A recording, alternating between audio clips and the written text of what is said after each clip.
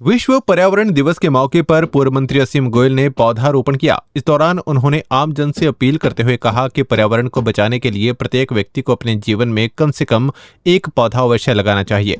उन्होंने कहा कि पेड़ पौधे ही हमें स्वच्छ हवा, शुद्ध वातावरण और आने वाली पीढ़ियों के लिए सुरक्षित भविष्य प्रदान करते हैं। उन्होंने लोगों से पौधारोपण को जन अभियान बनाने और लगाए गए पौधों की नियमित देखभाल करने का भी आग्रह किया। पूर्व मंत्री असीम गोयल ने कहा कि पर्यावरण संरक्षण केवल सरकार की ही नहीं बल्कि हर नागरिक की जिम्मेदारी है। उन्होंने सभी से अधिक पौधे लगाकर प्रकृति को सुरक्षित रखने का संकल्प लेने की अपील की।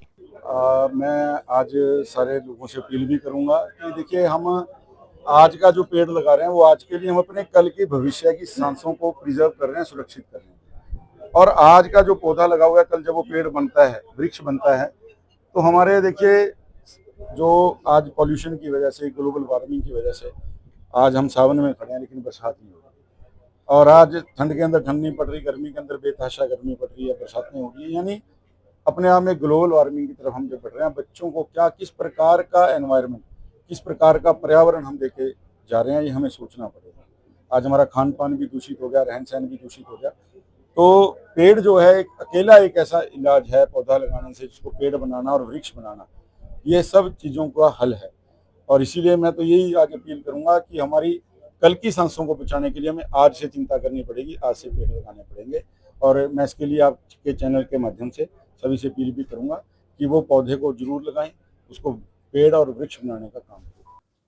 संसद में जनजी मुद्दे को लेकर जारी हंगामे के बीच हरियाणा के पूर्व मंत्री असीम गोयल ने कांग्रेस और लोकसभा में विपक्ष के नेता राहुल गांधी पर तीखा हमला बोला।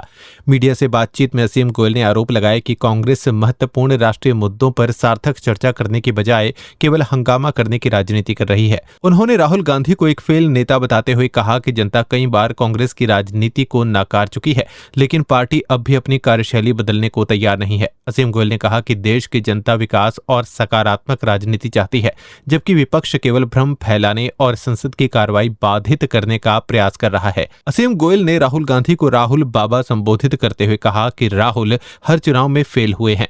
आगे भी उनके नाम ये वर्ल्ड रिकॉर्ड जुड़ने वाला है कि अगर चुनावी राजनीति में सबसे बड़ा कोई फेल साबित हुआ है तो भारतीय राजनीति में वो राहुल गांधी के नाम जुड़ने वाला है।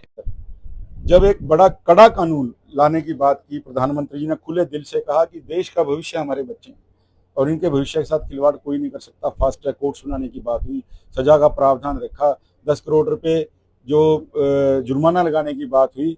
और जब उसके लिए 6 घंटे 8 घंटे स्पीकर साहब ने जब बड़े खुले हृदय के साथ राहुल जी को और सब विपक्ष के साथियों को कहा कि आप आइए बहस कीजिए, सब लोगों के मुंह में समय दही जम के, उनका एजेंडा कुछ और था।